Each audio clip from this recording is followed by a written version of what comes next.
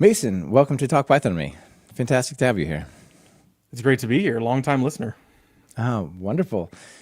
Yeah, definitely a fan of stuff I've seen you doing online as well, and it's super cool to get together here and, share it with a couple of people. Yeah, definitely excited. Yeah, cool.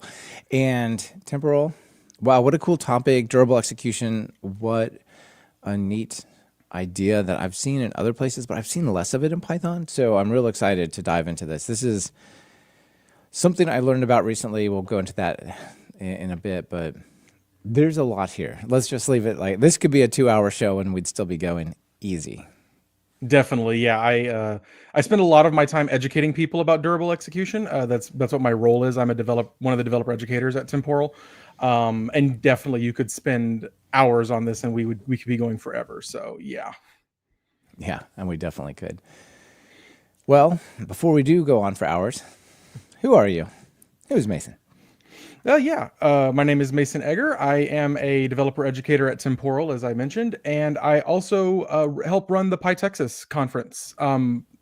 So PyTexas is one of the oldest, actually the oldest regional Python conference in the world that we know of. No one else has come to claim that spot yet. We started in the late fall of 2007. Like right after PyCon US would have started. We'll be experiencing our 20th year this upcoming year, which is exciting.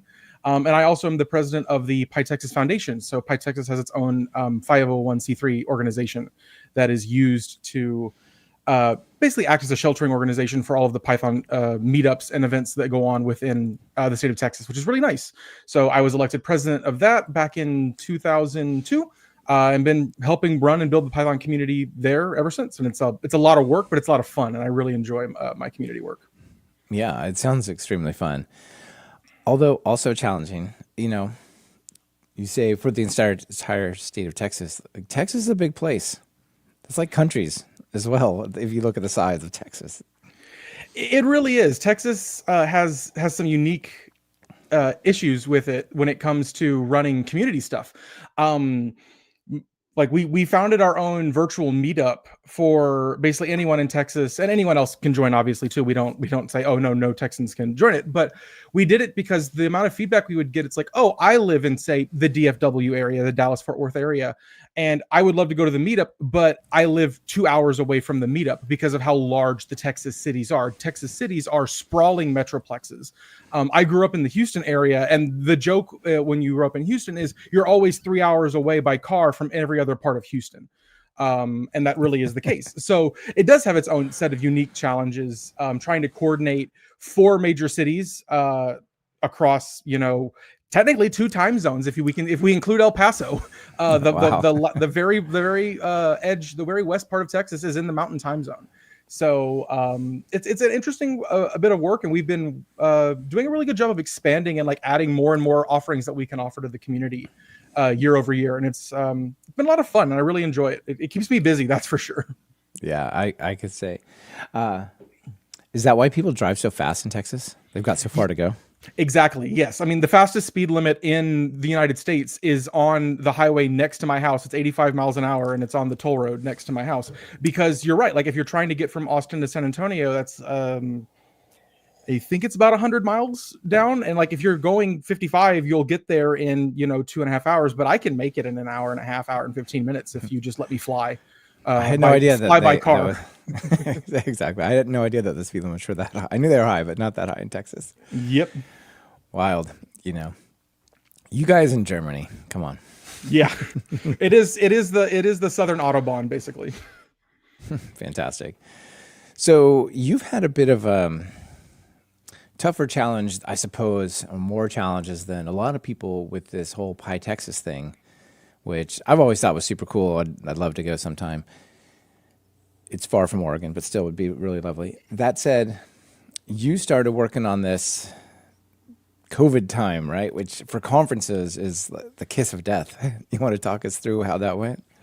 Yeah, I could definitely talk about that for a while. So I got involved in conference organizing, as most people do, by first speaking at the conference. So I spoke at the conference in 2019.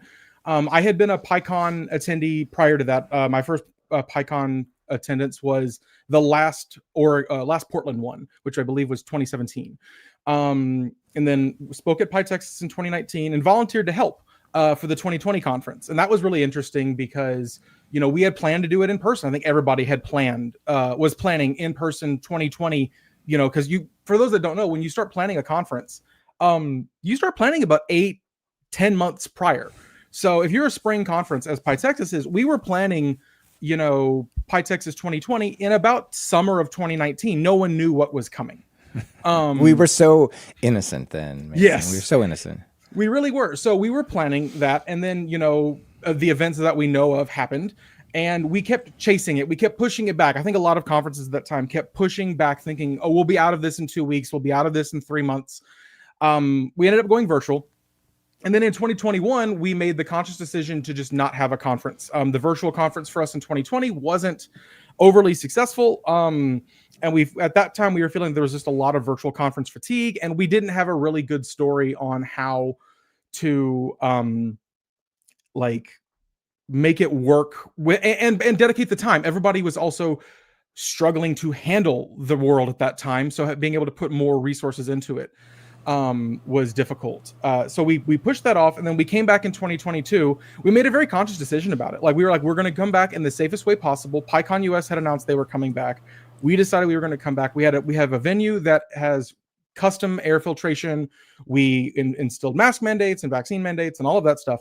And we had 76 people return. But we knew that if we didn't come back, if we let this kind of continue on, that the likelihood of getting the community to come back, that the memory is short, that if we didn't come back, we might lose it forever.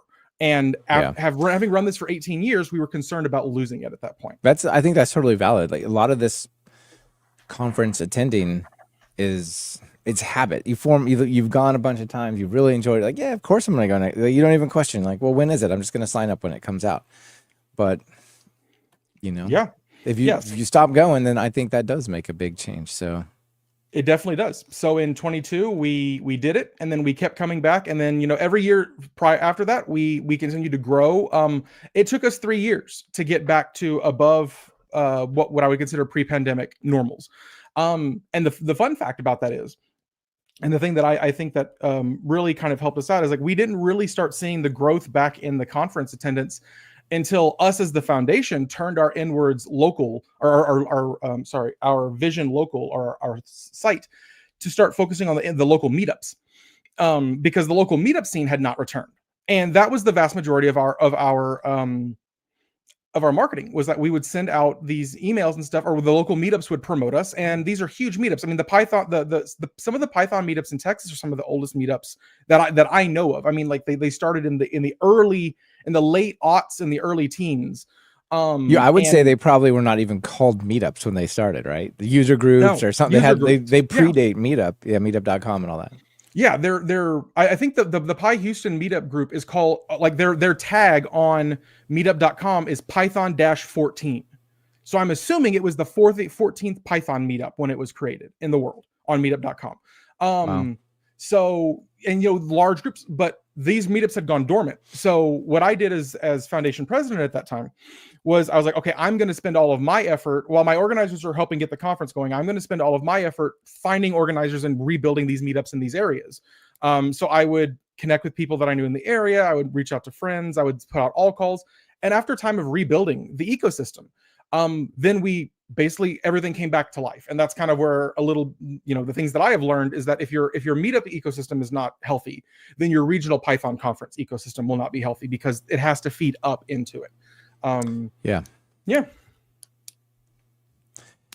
I think it's such a challenge to run a conference or a podcast or whatever, to draw in new people. I mean, you could do all the amazing mailing lists and announcements and everything, but you're speaking to your existing people that know about you, and finding new ones is really interesting. And this cultivating user groups to sort of be the foundation, it's a very interesting idea. Definitely. User groups work. I think we also started the PyTexas meetup, which was a virtual meetup that we do monthly, that we allow anyone to join, and we cultivated amongst our network of friends. And social media and word of mouth. And then we all know what happened with the social media situation, which really did not help. I mean, there was a lot of things that have happened with like the dissolution of Twitter. Really did not help the conference and the tech ecosystem. Basically, we've all fractured now. We're all in like 6 different places. Like the move to Mastodon is not complete. Blue Sky had its moment, but I honestly get less engagement on Blue Sky than anything else. LinkedIn has surprisingly been our most successful social media platform. It seems like a lot of people have moved there for some reason or another. But not basically it means that you just have to reapply your marketing strategies. And the fun thing that I've had the benefit of is that as my work as a developer advocate, all the roles that I have done, they tend to sit in marketing. Developer advocacy tends to either sit in product or marketing. All the roles that I have taken sit in marketing. And I've had the benefit of like, whenever this has started going weird, or I can ask all of my marketing friends, hey, what would you do in this situation? How would you approach this? So I've got to learn through osmosis kind of how marketing stuff works, and being able to apply that to conference organizing and meetup organizing has actually been substantially beneficial to us. Yeah. Certainly, I think companies that are turned on enough to have developer advocates have developer intelligent marketing teams, and that's a real resource. Definitely. Yeah. It's been really useful to be able to get other people's opinions, and then, just ask other conference organizers, what are they doing? I think that, finding out what works and telling other people about it. I mean, I haven't had a chance to write this year's blog post yet, unfortunately, for this year's conference, but whenever I became conference chair and then president, I was like, we're going to be as transparent as possible. Every misstep we make, we're going to blog about it. We talk about our budget. I mean, we're also a 501c3, so that's kind of like part of our bylaws. But at the same time, it's like, this is everything that we do. You can find it on all of our websites. And this is what worked, this is what didn't, because there's so many first-time conference organizers who may want to start a conference who don't know how to achieve these goals or whatever they're trying to do. And we have 20 years of experience doing it. And we need to help each other out and make sure that we distill this knowledge outward. I don't have 20 years of experience, so I've only been doing it for 4, but institutional knowledge. There are Google Docs with like years of back data that I can go and look at and be like, oh yeah, in 2009, we ordered way too many meals because we, didn't charge anything for tickets. Like PyTexas used to be a free conference. And basically when you don't charge anything for tickets, one of the lessons that we learned is that people will just sign up for a ticket and then not show up, and then your catering gets all kind of out of whack. So even charging just a little bit of money, like $5, I think like we charge like $5 for our network event. It's not because I need the $5. I mean, we spend, I think, $30 per person on the food. It's to make sure that you have a little bit of like skin in the game, to make sure that you show up, so I can get an accurate head count for the catering, so we don't blow the budget by $10,000. Like, I'm not envious of that. Certainly it's easy to just check a checkbox. Yeah, I'm interested in food. Why not? If I come. Yeah, exactly. All right, awesome. Well, congratulations out in the audience. Tune Army says, "Yay, PyTexas Foundation." That's pretty awesome. Yeah. All right. Well, let's talk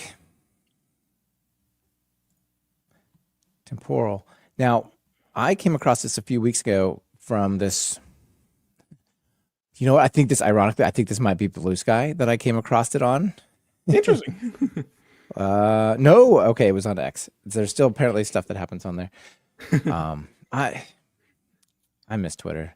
I do too. People like post weird comments on like reviews on the show, like, oh, they said they don't like Twitter, so they must be whatever. Like, no. Just that used to be so active, and it's not so active. Put aside everything else. It used to be like you could have great conversation, and you still can, but it's so much less than it used to be. It's an easy explanation. The signal to noise ratio is completely messed up now. Yes, it used to be such a much better place because everybody was posting there and there wasn't as much noise. And now the signal to noise ratio makes it almost unintelligible to be able to find anything of any use. And that's the number one problem with it now. And you pay for attention, and there's 6 other places, like you said. So anyway, so I found this post from, we'll work it backwards, from Pietro. It says, people aren't talking enough about how most of OpenAI's tech stack runs on Python, which I thought was a super cool post. It comes from the Pragmatic Engineer newsletter, and it talks about how most of the product's code is written in Python. It uses fast API.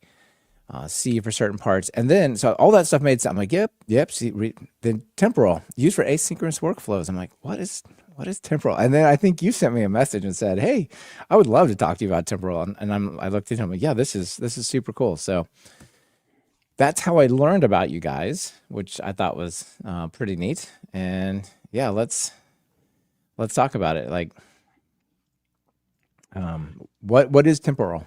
Yeah. So Temporal is essentially what we call a durable execution platform.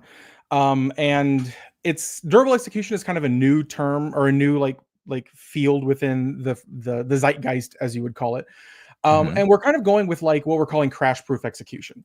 And the way that we kind of talk about it now is like essentially it handles the failure state of your applications and ensures that your code will continue execution regardless of the failures that it encounters. So say, for example, you have a application that's making a couple calls out to a microservice, okay? And that microservice goes temporarily down. You as the developer would have to traditionally write a whole bunch of logic around handling that failure. Okay, so we have to detect that the failure has happened. What type of error did we receive? Now what do we do? Do we back off and retry? Do we decide that this failure is non-retriable and we just don't do it? Like the difference between we're not authenticated versus a 404, those are completely different failure handling modes. And then, so there's all of this kind of logic that you have to build in to handle failure. Temporal basically abstracts this away from you. So whenever you have like a function call or a method call in Python, when implemented with Temporal, you automatically get like retries, for example, by default. So you get this like declarative policy that happens. There's a default policy, and it will automatically retry your application or your call until eventually it comes back online. Because let's be honest, in most distributed systems like this, those are most of the time intermittent failures, like a microservice going offline or you being rate limited. Those are usually fixable with a little bit of time and some retries. Now there are other cases where they're not, but that's like the default policy. That's the default use case, or the default like for retries alone. And then there's a lot of other cases. So there's Temporal maintains the application state of your application. And so say you have like a Python application that has 10 steps in it, and you get through step 5, and then the Python application were to crash for some reason out of memory. Maybe your Kubernetes pod got descheduled, something like this in production happens all the time. This is as a former SRE, this was the life that I lived for years. Even, hey, there's a security patch for the Linux server that's running this, and we got to restart it, and like, we have to reboot. Yeah, and now people are worried. It's not long, but like stuff is going on. Exactly. So now when you have to deal with that, you're like, okay, so do we let everything get through and risk the attack surface, or do we then you have to make the calculus. Do we just kill all the processes and then wait for and then restart them? What's the cost on the restart and them redoing all of that logic? Did they make any writes to the database? Do we have to worry about cleaning all that? There's all of this conversation. So since Temporal maintains that application state, that becomes a lot simpler, because as I think we kind of alluded to it, but I'll state it outright. When that application crashes in a typical application, you have to start back over from the beginning, and you have to replay you basically re-execute everything you did, unless you have some like advanced sort of like event sourcing style model where you are keeping track of it. Temporal does this by default. So it maintains the event history, what's called an event history of your application. And what that does is every time basically it creates checkpoints. Every time a function executes, it stores the result of it. And if that application were to crash, it will reschedule it onto another worker. That's what they're called in Temporal, and we'll get into that in a minute. Within your fleet, reconstruct the state of that application up into that point of failure, and then continue onward as if the failure had never happened. And more often than not, this happens without the developer even being aware of it. Like no alarms will go off unless you personally do them, because this is the design of the system. It's to ensure that in spite of failure, your application will continue executing. Yeah, that's awesome. And there's a bunch of neat ways in which that happens, which we'll talk about. But I think one mental model people should maybe think about when they consider these is it centralizes a lot of the error handling and the retry code and all of that stuff. So a lot of your application becomes simpler, not more complex. Exactly. Yes, that's actually one of the main feedback things that we get from people is, all of this. There's so many mechanisms. There's so many actually like patterns that we have now built to handle all of these kind of things. Event sourcing, event-driven architecture, Saga pattern, all of these different like CQRS, like all of these different distributed systems patterns that exist to handle all of these things. And Temporal basically abstracts away a lot of them, and you get them basically for free out of the box with the project. And it does make your code a lot simpler. It makes it a lot more contained, so you can walk through it straight down, basically as like almost as like it's a workflow. The core primitive of Temporal is called a workflow. We don't tend to like to refer to ourselves as a workflow engine, but some people will say that, and I typically don't correct them on it. If that's what it takes for people to understand that's what it is, fine. But durable execution is the actual phrase. Gotcha. It's a meaty topic. It's kind of hard for people to like kind of wrap their heads around it. So I'm like, let's get you to understanding it, and then we'll correct the little tidbits here and there. Yeah, excellent. So, people are probably familiar with Hennick's stamina or with tenacity, which is interesting, where you might put a decorator onto a function and say, hey, if this fails, instead of just crashing, try it again. Yeah. Maybe a few times, maybe with exponential back off. And this is kind of a single thread of execution type of form of durability a little bit, right? Where it's like this function now becomes somewhat more reliable based on like maybe the service comes back or maybe your network comes back or whatever it happened to be that caused this particular example. But with Temporal, it's a lot broader, right? Like every step, it saves the state. If something goes wrong, it can basically resume. I guess maybe this resumable idea is like one of the big difference, right? It's like, let's take our reboot the server example. Let's suppose we got some service that we work on that our app depends upon. We had to reboot it. Now what? It happens. Yeah. So I mean, you have a service that our app depends on. And we had to reboot it. So if the service, so we're assuming our service is on in like an external, machine, and it's calling out for some reason. Yeah, so or maybe it's a Docker container, and we rebuilt the Docker container. It takes 5 seconds to start, something like that. Yeah. So our service is, calling out to it. It will basically retry until that comes back online. Now, if we were to reboot our service, say our service was running and we rebooted the container that contained it, it would basically, if we're in a Kubernetes system, the Kubernetes scheduler would probably reschedule it onto another, node within the pod. And then it would reconstruct. And what happens is there's actually the Temporal exists as a kind of like an orchestrator executor model, like a service worker model.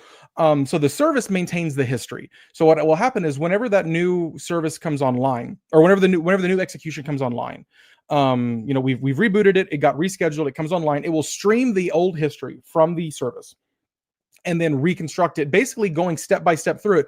And so like the function, function A that was executed, the input and output values are stored in that event history. So the output value, it's like, oh, we successfully completed execution of function A, store that in variable foo, and then continue onward. And then we can continue reconstructing that service up until it gets to the point where it's like, okay, we have no more events in the history about what happened. So now we know we have reconstructed successfully. Now we continue forward and execute as if nothing had happened. Yeah. So in your non-durable execution code, you might have try, accept, do something else. You might have stuff like stamina or tenacity where you're like, okay, we're going to try this again. There's a lot of that kind of code that you write. And in this world, you could just say like top to bottom, write the happy path, which is great. And then what happens is Temporal says, okay, I tried to run this, it failed. So we'll reschedule it with a back off or something along those lines, right? So you can basically not deal with a lot of this and get visibility into the errors and the state of flow by letting the orchestrator manage that, right? Yes. And I'm covering like the top 10% of all the different features. If there are so many interesting other features that Temporal provides as like an ecosystem. So like one of the other really neat ones is that we provide a really simple way for things to be to do a human in the loop interaction. So you can very easily send in what's called a signal. So basically sending in data into a running execution and then basically doing some processing on it. So you're waiting on a confirm signal from someone, like your application is doing something, you're waiting on a confirm. You can send that in directly into the workflow. And then that will basically that's persisted again within the event history. So if it crashes after that confirmation is stored as well. So you have the ability to do long running schedules. So there's some cron syntax, like what are called schedules in Temporal. There's the ability to do what are they called? I forgot off the top of my head. Oh no, they left. There's so many different features in Temporal that are just really neat and can solve a lot of the problems that you're trying to do. And scaling becomes super easy as well. So like you want to scale, just add more workers to the fleet. That's the easiest thing you can do, is just add more of these workers, and they basically can be executed across all of your different fleets. So the scaling story is super awesome as well. Yeah, we'll get into it, but there's definitely some examples of large scale use cases, high frequency use cases of these things. But going back to the timing, what if your user onboarding looks more like, I guess you could be real simple. You could say, in order to create a user account, I have to first have them create enter their username and email, or their email and their password. And then I'm going to send them an email, and they got to take an action based on that, right? That would be pretty common, like a long running type of thing you could consider. But for some of these systems, it's like, and prove who you are, and upload a document that's a picture of your ID, and somebody will look at it and go, yeah, that looks real enough. And they check a box, or, those kinds of much longer onboarding things. Something like that could be modeled with Temporal pretty easily, it sounds like. Yeah, so long running workflows are the other, that was the feature I couldn't remember, which was timers, and I have no idea why that left my mind. It's one of my favorite features. Long running workflows are one of the like amazing use cases of Temporal. So because everything is maintained in that state, and basically crashing doesn't really matter because we can just reconstruct the state, you can have workflows, or you can have your executions that can last for days, weeks, years. This is kind of what we kind of known as the entity workflow pattern. So essentially, like a user who's going through an onboarding process, like you just said, I think the identity workflow process is actually one of our exact sample applications. So like you're right, they sign up, and then they have to upload some forms of ID. Someone has to check it. It has to go through maybe a background check process and all of that. That's a long running workflow that could take days, that could take weeks, depending on what kind of background check you're getting done. Temporal can suspend its state for however long it wants, and we can guarantee that it will come back online. So the interesting thing, and if you ever see Temporal at a booth at a conference, we were at PyCon this year, for example, our code sample on our booth has a really interesting statement that always catches people's eye, and it's a little mini workflow, and it's sending emails. And what it does is it says sleep for 30 days. And nobody in their right mind would actually write a sleep for 30 days in code and expect it to actually function. 100% works exactly the way you would expect it to in Temporal, and we can guarantee that it works because of the way that Temporal is architected. Those timers basically exist on the servers, on this Temporal service side, and they just get, basically your workflow just gets scheduled to resume after the timer has fired. So you can guarantee that long running workflows will complete exactly the way that you expect them to. So yeah, long running workflows, amazing use case for Temporal. Yeah, it sounds incredible. Now, I do want to dive actually, and it's super interesting how y'all made this happen in Python, but I do want to just maybe talk about the scale. Like if I were to run Temporal, now you guys have a cloud. So I guess stepping just a bit back, this is MIT license, but you also have pricing. Yes. Before we go into what I was going to talk about, like let's talk about that difference there, that contrast. Yeah. What's the story? 100%. So Temporal is 100% open source, MIT license. So there's the Temporal service, and then there's the Temporal SDKs. Every single one of our Temporal SDKs and the service and everything is MIT licensed forever and always. that our founders are big fans of that. The only SDK that is not is the Java SDK, which is Apache 2.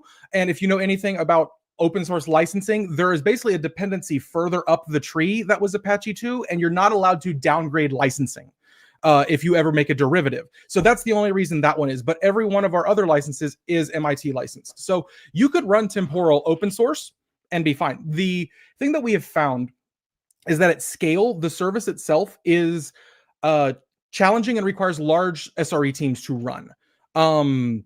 Because essentially what we're doing is we're offering distributed systems as a service. We're offering reliability as a service. Just because we have abstracted these problems away from someone does not mean that the price does not still have to be paid by someone. And I'm talking about the metaphorical price, not the dollar price. Someone still has to, ensure that that database stays up, essentially, and that your things are still getting scheduled and that the network is up and all of these. So it's super complex to do that. And you can run it. So you can run the temporal service locally. You can run the temporal workers locally. Everything you run is still local. The pricing model for Temporal is just the temporal service part, which is run in Temporal Cloud. So there's a weird misnomer around cloud, which is like cloud always assumes that we run everything for you. Temporal Cloud is different. Temporal Cloud only runs the temporal service. Your workers, where your code executes, is always run, at least for now, until who knows if another product will ever come out. I don't know. Is run by you in your data center on your machines. So your code, your execution, run by you. That service, that brain, the orchestrator, that's the part you could pay Temporal Cloud for. Right. That's the part that does the orchestration, the part that handles the failure and retries and that kind of stuff, right? Yeah. Well, Ted, it's the part that actually the failure and retries is handled by the state machines that are built in the SDK. It's the part that basically maintains the event history. It maintains the communication mechanisms, and it is the orchestrator. Yeah. So, if we use the cloud, I could like reboot my local data center machine, or even by local data center, I mean my version of the cloud. Yeah. Wherever, DigitalOcean or whatever. And when it comes back, it'll sort of resume along, like you guys will see that it's back, and then start running work on it, something like that. That's what I was getting at. Technically, yes. So fun fact about it, Temporal, again, the architecture of this is so brilliant, and we could get such in the weeds about it. The temporal service does not actually know about any of the workers that are running. It's always a call out model. So your machines would come back online, know that they have things they need to do. They would basically start listening back. Everything that happens in Temporal listens across task queues. So they would all come back online. They would start listening again, and then they would see that there's still work in the task queues, which the service maintains. But all the service does, it goes, oh, someone requested that I do something, and then it puts it on the task queue, and then the workers handle it. The true magic of Temporal lies within the state machines that are built within the SDKs, but they cannot function without that orchestrator service. I remember when I first started working on the courses. So like my primary role is writing courses for Temporal, and if you go on to our Temporal Learn site, you can find a lot of our I think it's learn.temporal.io. You can find a lot of our courses. I wrote the Java and the Python ones. I remember when I was first writing them, I kept asking the SDK engineers, like, well, how does the server do this? How does the server do this? And one of the engineers was like, Mason, you're giving the server too much credit. It's not that smart. It's really the state machines within the workers that are doing all the heavy lifting, and the service just maintains it. But with the long way around, what the cloud service does is it maintains that database. So the history. Without that event history, that is the magic piece. The event history is the single source of truth of all things that have happened, and that's what the service provides and maintains. So whether you use the cloud version of that or you self-host that, that is up to you. Now, again, if you self-host it, you are now responsible for maintaining it. You are now responsible for upgrading it, security patches, all of that. And there are multiple case studies. There are multiple YouTube videos on our channel of people who have gone the self-hosted route and have found that the cloud route is easier once they've reached a certain scale. So yeah, it's pretty neat. Yeah, cool. More and more that's the business side of what works for open source, right? Yeah. There's something that you want to do, and then there's another requirement that you're probably not good at, and you guys would be really good at, right? Like, for example, making sure that Temporal itself is reliable and fast and keeps running and that kind of thing, right? Like, Exactly. Yes, and I think it does also come down to, this is one of the interesting lessons that I've learned throughout my career is that like, what is your core business? Is your core business to run and maintain a temporal service, or is your core business to provide a service to your customers? And whenever the price of running your own services outweighs what you could have just paid someone else to do it for, then at that point you have to take a look at something and go, maybe I should just pay the provider who has the expertise, who literally all they do all day long. Because usually someone's SRE team doesn't full-time dedicate to learning the ins and outs of a single product. Like I was an SRE. I managed a cloud platform for VRBO, for Verbo. I knew there was like 12 different applications in that stack, and the way that I learned about each one was the one that went down that day. So you're constantly like figuring out like you're learning about it as it's on fire. It's a terrible way to learn, and that's just not a great way to run it to like live your life. I found Right. That's why I moved into developer education. Exactly. There's fewer midnight calls in developer education. Podcasting as well. That is the primary reason why I do this now. Is like there is a point when pager duty goes off like one too many times, and you become a developer advocate, and I'm living proof of that. You just no. Yeah, you take it Office Space style. You just take it out, put on some gangster music, and just bash it with a bat, right? Exactly. If you don't know the reference, you need to make sure you put watching Office Space. Yeah, the movie. I've driven by the list. I've driven by the area where it was filmed. It was filmed out here in Austin, where I live. Was it? Incredible. Yes. Incredible. Okay, so why did I sort of start in that path? What I want to talk about is so you guys have a cloud version, which obviously does stuff at massive scale.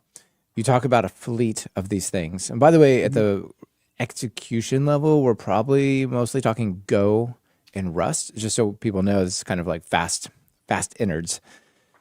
But Rakesh asks, like, it seems to be resource insensitive. Is there a lightweight option? Like, what is a minimal temporal rather than a, you know, what Uber does or what ChatGPT does? Because those things, you just can't compare them, right? It's like, you're not Microsoft, you're not Google, you're not LinkedIn, you're not Netflix. Don't try to be them. Mostly, generally, yeah. It depends on what you're trying to accomplish. So I mean, like, I think when it comes, so there's the service and then there's the worker fleet. So I'll talk about the service first, and then we'll talk about the workers. So the service comes in a handful of different flavored offerings. There's a local development binary that is meant to be used for development, and that's what I use on my local laptop all the time.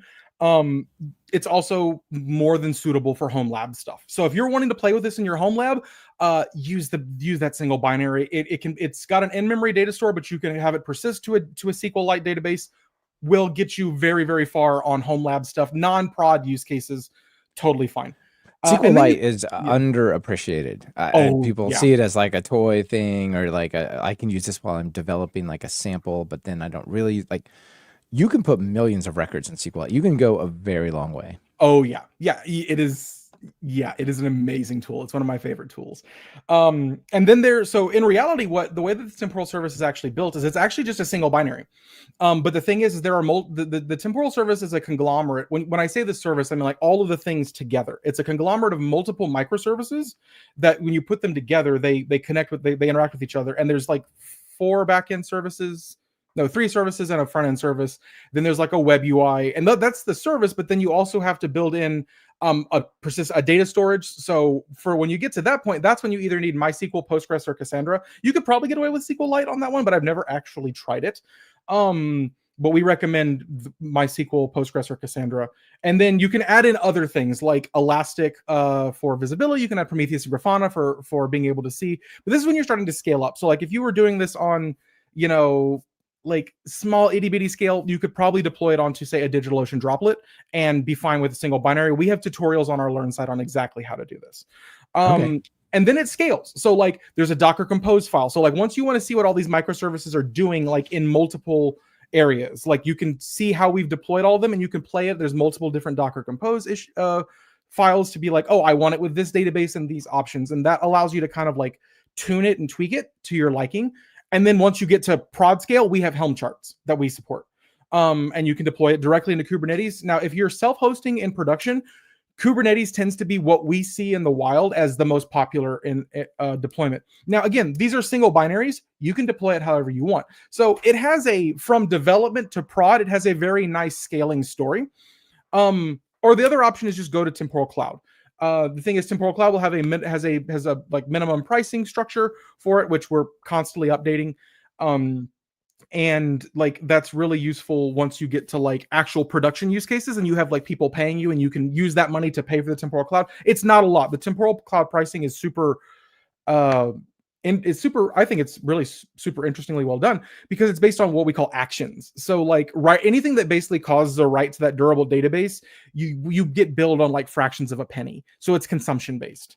The main thing is making sure you have enough traffic to cover, basically there's a minimum support cost that you have to pay for, like a minimum bill requirement, and then you get billed on the actions, and making sure you have enough traffic and workload to handle that. I know, and then you get a lot of other cool features in cloud that that I had to make sure I say this carefully, that you don't get on the open source version, but those are all deployment options. So when it comes to feature option, as right now, it's a one-to-one comparison. What runs in open source is what is deployed in cloud. Like whatever, if I build all of my stuff on the open source stuff. I deploy to cloud on occasion to test it, but I'm constantly building on the open source version. And all of my stuff runs in cloud.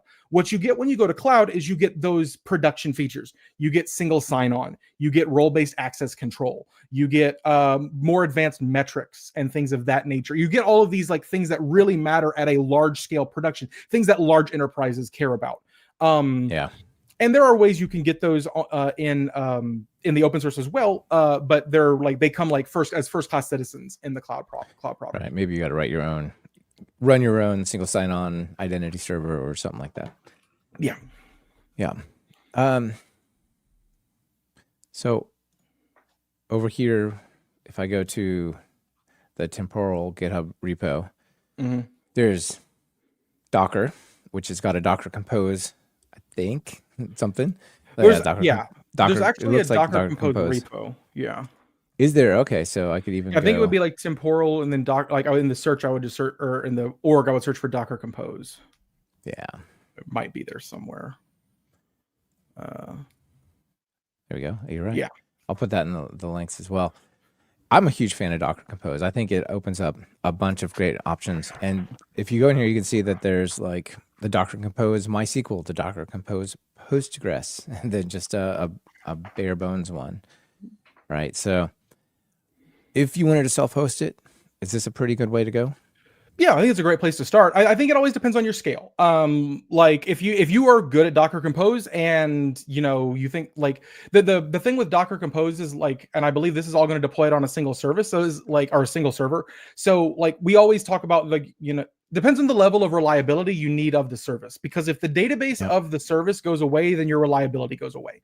Like that's kind of like the truth here is like, with that database being the single source of truth, if that database magically disappears, you don't have it. Now you could what you could do like an RDS or like a DigitalOcean managed database and connect that in to this. That would run just basically set a off server database connection string. Yeah, exactly. Right, of any form. That's then it's matching the reliability of that database. Yeah, exactly. Yeah.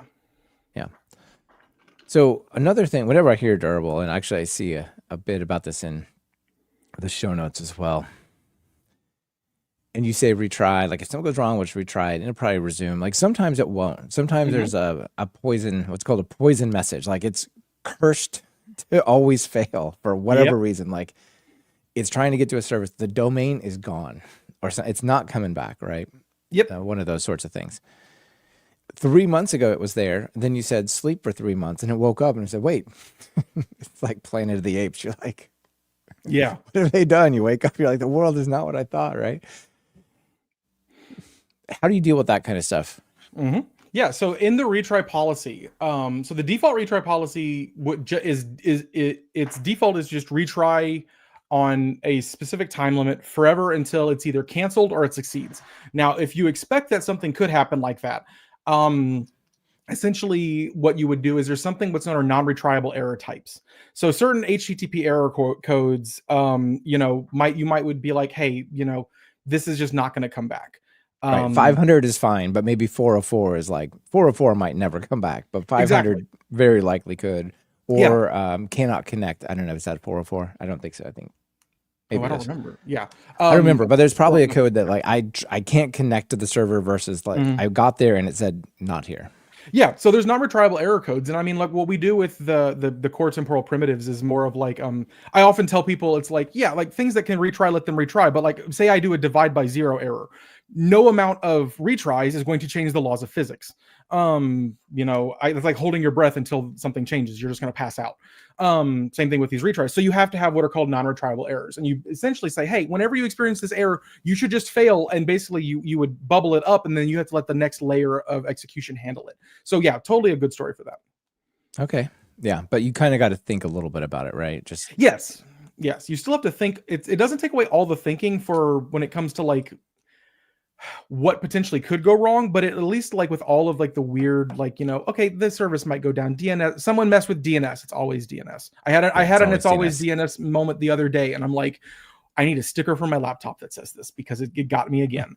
I can't remember what took me. I suffered something with that as well, and it wasn't even directly me, but it was something that I was subjected to. Yeah, it is always DNS. It's always DNS, except for when it's the database. Yeah.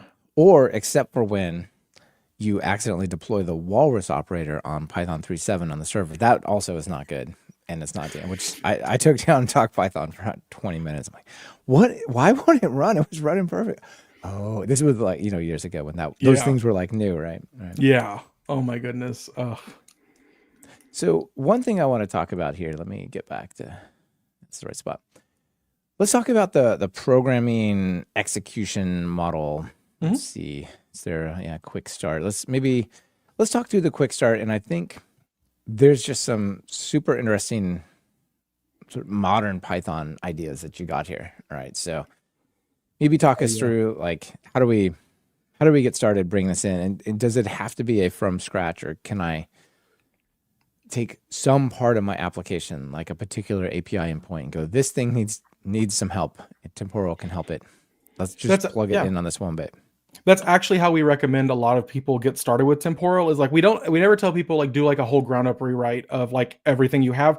I've often told people find something that like find a service that annoys you, that pages you because it's constantly going down, because it's unreliable, and maybe do it's a small service and do a small rewrite of that in Temporal and just see how your life makes a difference. So the way that you do it with Temporal is like you have to use the Temporal SDKs. So the way that you build Temporal applications is you build them using SDKs. Typically with other workflow-esque engines or other durable execution engines, some of the more modern durable execution engines have kind of followed suit with us, but some of the earlier ones didn't. We're code-based.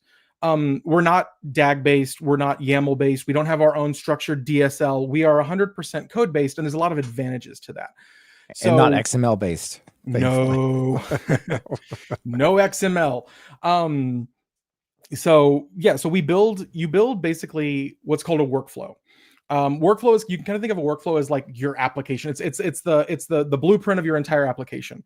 And what we'd say about workflows is that they have to be deterministic. Like the code within a workflow must be deterministic, and you execute it line by line going down. And then anything within your workflow that potentially could be non-deterministic or could potentially fail. So calling out to a microservice is both of those. It's non-deterministic because you don't know what you're going to get back, and it's potentially going to fail because the service could be down. That goes in what's called an activity. An activity is that thing that automatically gets the retries. Now you implement activities as functions or as methods in Python. You can actually do them as both. And as you were saying in the README, yeah, we use a lot of modern Python tooling. So that's actually something that I think that our SDK engineers, we have an entire team whose entire job is to build and maintain our SDKs. They're super proud of. It's one of the things I love talking about. Temporal is not built off of what you would say like an open API spec for a good reason. So it's built basically, I mean, Temporal itself is built in Go. So as you can imagine, everything's built in protobufs. There is a spec on what we build off of, but open API specs generate stub client libraries. And like I've worked with a handful of them. They're not very idiomatic to the language. Like it kind of looks like someone bolted a C library on top of Python. Like it works, but it doesn't feel like Python. Our SDK engineers spend months studying the programming language, learning out what is idiomatic of the language, what actually makes sense, and then they build into it. So the interesting thing about this is like you can see here when we define our workflows, we define them by decorating classes, and then we decorate the entry point by decorating it with an at workflow.run. So that's how we know where the entry point is. We're using async IO inside of this to do it. Our activities, when you want to turn a method into an activity, or a function into an activity, you just decorate it at activity.define, and now you have an activity. We've done a lot of those kind of things. We're using context managers very, very a lot, or rigorously within the code base. The really interesting thing is, and I can only talk a teensy bit about this because it's super complex, but there's a really great talk track from it at the PyTexas conference from this year. We built a custom async event loop for this. This runs in a durable asynchronous event loop. And the SDK engineer who built it gave a talk at PyTexas this year, and it's on the PyTexas 2025 website, and I can provide a link to that later. And it's really neat because essentially we had to build a custom event loop to handle all of the way that we expect Temporal to work. And I don't think that building a custom event loop is a very common thing for people to do. So there's a lot of lessons learned there. I think there should be more of it, though. I think it's a really interesting story. I'll put this in the show notes. Yeah, that's Chad's talk. It's amazing. So like he talks about all the things that he had to do when he was building out a custom event loop for async IO, or for Temporal's async IO event loop. So for people for whom this is super new, this idea, you need places in your code to execute to say, okay, we can stop, maybe save some state, and then you talked about like replaying behaviors and so on. So you can write code like await sleep a day, async IO dot sleep 1 day, and that goes into this, as you said, durable async IO execution. So instead of just saying, well, we're going to let the thread do other stuff, it's like, no, save it and then resume it. Yeah. Right? That's pretty wild. It's pretty great, actually. Yeah. And I mean, those, and that's one of the great things about the workflows, and like those you'd have to definitely write as workflows, but yeah. And it takes up no energy, or it doesn't jam up a CPU thread by sleeping. Like, it's usually if you sleep something, that thread is kind of sitting there and it's stuck. This 100%, because it's all event sourced under the hood, essentially. The event, basically the timer started event gets recorded into the service, and then it gets descheduled. And then that worker, that executor, can continue performing other tasks. And then once that timer fires, the next task for it to continue execution gets put on the task queue. The worker consumes it, knows, oh, I need to resume, and it resumes. And that can happen whenever. That can happen, a day from now, 3 days from now, 3 months from now. It doesn't matter. Eventually it gets put on the queue and it gets executed as if nothing happened. Yeah, that's wild. So, interesting question out the audience. If people went with your cloud option, where does that run? Is that AWS? Is that DigitalOcean? Currently, it's in AWS and GCP. Okay. So those are the and two. You could pick different availability zones. Like if I were in Virginia, US East 1 or whatever, I could say I want to use that one. Exactly. There's different availability zones, and we even have multi-region failover. So if you needed multi-region availability for super, super high availability, which we do definitely have large customers who need that level of availability, and you can totally do that. Cool. And that doesn't mean you got to be in AWS. Like no, we have people who are running on their own who are running on their own infrastructure on-prem, and they're calling into it. So that's the niftiest thing about Temporal Cloud is like the security model is super simple, because Temporal Cloud, or the Temporal service, it doesn't have to be Temporal Cloud, it's the service, whether you self-host it or whether it's on the cloud, it never connects to you. The workers always do an outbound connection into the Temporal service. So if you're using Temporal Cloud, the only firewall rule you have to allow is a single outbound connection off of a single port. That's it. So it's really awesome.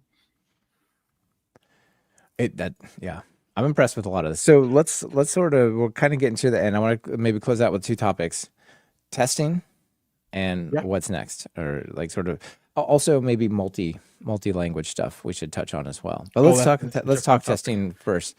So there's a couple of interesting challenges here. Like first, if I write code like this and I want to have a unit test, no longer am I like, well, this is complicated, I just have to use PyTest async IO. It's like more than that, right? So what's the testing story? Yeah, so the cool thing about the testing story with this is it is technically still PyTest async IO. Because we're code based, this is one of the things that I always have to to remind people on my courses, and everyone's always like, oh, that's so cool. Because we're code, you have to give up none of your tooling. You don't have to get, like, how do you like to package it? Are you a poetry person? Are you a UV person? Are you a pip person? Whatever you want to use it. For your testing, do you want to use Poe the Poet? Are you a PyTest person? Like, what are you using? Use it. It doesn't matter. Temporal does provide, obviously, because these are more complex workflows and stuff, they require a little bit. Every single Temporal SDK does provide a testing framework that is built into it. And these integrate natively with all of your testing frameworks. So you can use PyTest. I use PyTest. Now you could use something else, but all of our courses, I think the Temporal 102 course, I wrote that one, has a whole chapter on testing temporal workflows and activities and mocking activities, because you have to be able to call them independently, because otherwise that's an integration test. It's not a unit test. It is important. I always feel bad about mocking the code. It doesn't seem nice, but you got to sometimes. Yeah, it's super easy. It's so nice. You basically just redefine the activity, and you're like, just put it in. The mocking story in Python is so nice. But you just use our testing framework, and what that does is the testing framework will automatically spin up a temporal service and a worker for you. So, because as you can imagine, like the execution part of this is like, you have to have a service running, you have to have a worker, and then you have to send, like, basically use a client to send a request to execute the workflow, and it will be executed. The temporal testing service does all of that for you, and it also has basically time skipping. So what you can do is, if I have to test something that sleeps for 30 days, I would actually prefer it to not actually sleep for 30 days so I can test it. Why see I take so long? Yeah. So time skipping is in there, and there's a lot of other really neat features in the testing. So every single every single temporal SDK has a testing framework built into it that really well enables testing, and it all works natively with the tools that you are already used to using as a developer of whatever language you're already using. Yeah, that sounds great. And you can say things like, run this and wait for a week and then resume. And you can just say, and now a week is resumed. A week has passed. Now I see what's happened, right? Like, it'll just zip right ahead. Yep, skips right ahead. Doesn't even worry about it. That's always a fun testing trick. So the other one I want to talk about is, when I'm over here on the GitHub repo, I can scroll down. If I look at the repositories, it's Java SDK, Python SDK, Go SDK, .NET SDK, Ruby SDK, et cetera, et cetera. There's a bunch of interesting things here. Like, I can write part of my app in Java, part of the workflow in Java, or the workflow items in Java, the queues, and I could do part of it in Python or .NET. And the other part I think is interesting is Python, .NET, Ruby, et cetera, all share a common Rust base, and so it's kind of like they all go in lockstep. Two great topics there. So the first one I'll start off with is the polyglot stuff, because I think it's one of my favorite things, and I don't ever get to talk about it enough, so I'm glad you asked. Underneath the hood, the way that all of this communication happens is it's happening via essentially protobufs across task queues to the temporal service back and forth. One of the things that you'll find if you dig into Temporal is that we require the inputs and outputs of your functions to be serializable to basically protobufs. Now, if you have something that's not serializable, we obviously, because it's code, we provide you the way to extend the serializer. So as long as you can serialize it, again, it's code, you can do whatever you want with it. But because of that, because everything speaks protobuf, all of these languages can natively speak to each other. So you're right, I can write workflows written in Python and call and have 3 different activities in that workflow, one written in TypeScript, one written in Java, and one written in .NET. And I can call them seamlessly, like basically just by calling execute activity, giving it the name of the function. And then I could actually still then pass in a data class of the data that I have as that parameter, because it's still getting serialized down into a protobuf. It will get deserialized into the other language, execute it, and pass back data that I can resume. And then I could call it technically from a client that's written in Go. So this enables polyglot across all of these languages, and it's amazing. So if you have legacy systems, or you have stuff where like you really need something to be written in a whole bunch of different languages, it just gives you this out of the box for free. And I think it's one of the neatest features. And one of the other part that it really does neat about this is it's not just like the fact that it can call it, but it also preserves the stack traces as well. So one of the other courses that I developed, our crafting the error handling strategy course, there's a demo in there where I am showing like basically that exact workflow, a Go client that's calling a Java workflow that's calling a Python activity. So 3 different languages. And then I intentionally throw an error in the Python activity, and I tell it, do not handle it, do not retry it, let it bubble up. And when I get back to the Go client, I can see the different stack traces in the different languages all the way through. So I get a Go basically panic that contains a Java stack trace that contains a Python stack trace, and I can see all of this across the link. So not and also the thing, and just to do it for fun because I like showing off, I have all of these workers running on different machines. So I am running on different. I am crossing process boundaries. I'm crossing literally across the network IP boundaries, and then I'm crossing language boundaries, and it happens seamlessly, and you'd never know that it happened. So that's pretty wild. Yeah. The orchestration layer is the wildest thing ever. And then you asked about the Rust SDK. That's a fun one. So that kind of goes back into the history a little bit of how Temporal was built. And for a crash course in this, within 2 minutes or less, essentially our founders started at AWS together and built out what would become they built the foundations for SQS and what would become Simple Workflow Service. Then one of the founders left, went to Azure and helped build the Azure Durable Task Framework at Microsoft. They met up back together at Uber and built Uber's Cadence.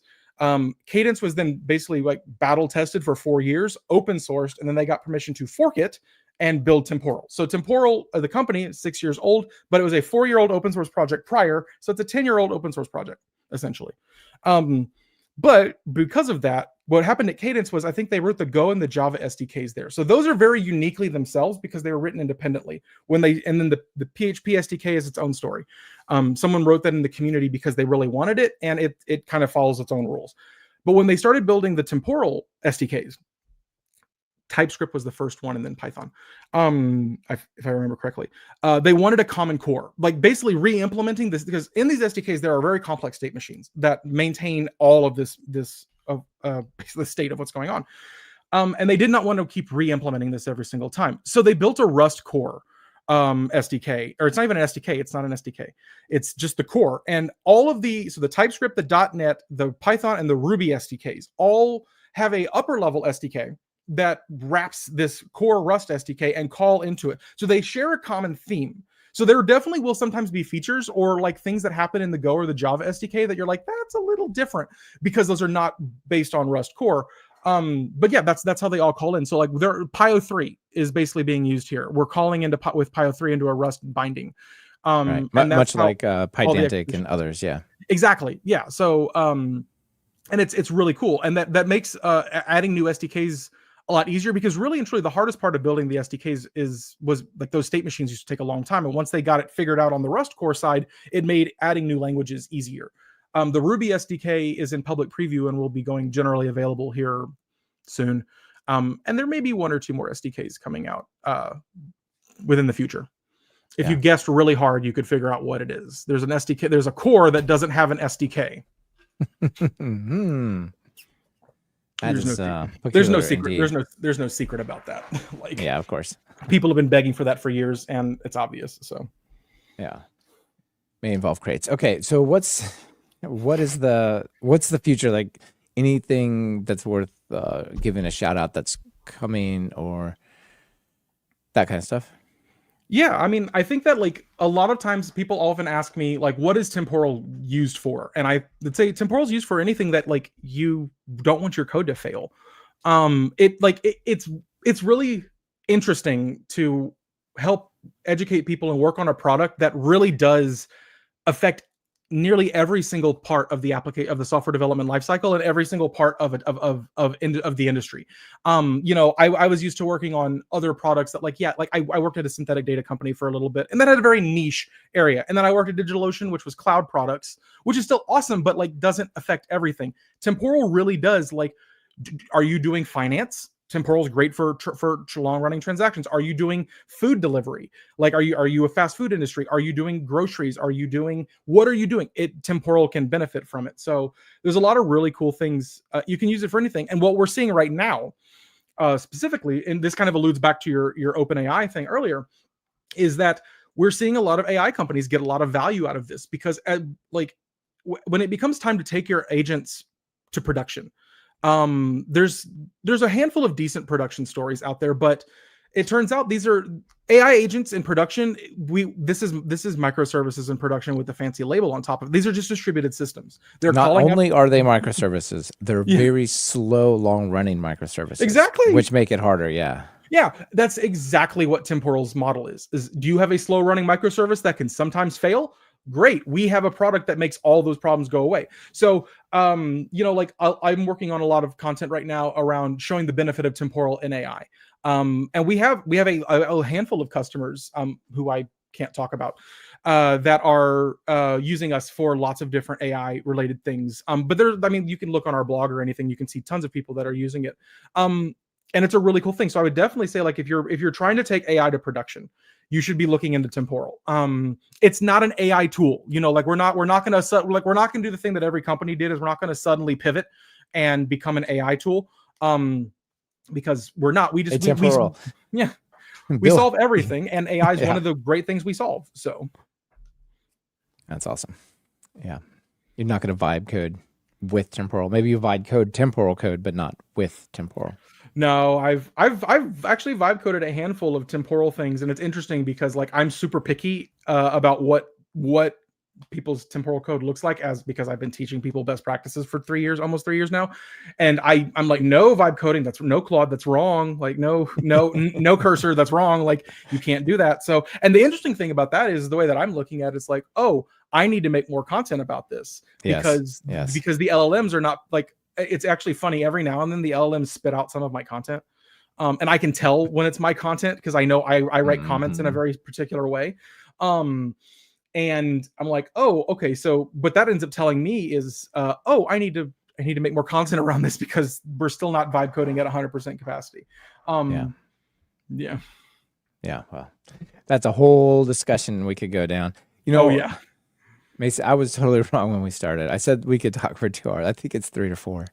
Yeah. We got so much more we could talk about, but there's only so much time we can dedicate to each episode. So let's go ahead and call it. I say, thanks for being here. The more I looked into this, is a super interesting product, and there's a lot of neat Python integrations, like you program it with async IO async and await rather than some funky SDK bolt-on thing. So people should definitely check it out. Final call to action. They're interested. What do you tell them? Check out the website. Check out temporal.io or the learn site, learn.temporal.io. It's a great place to get started. You can install Temporal by just running brew install Temporal on your Mac, or there's commands for Windows and Linux as well, curl commands for that.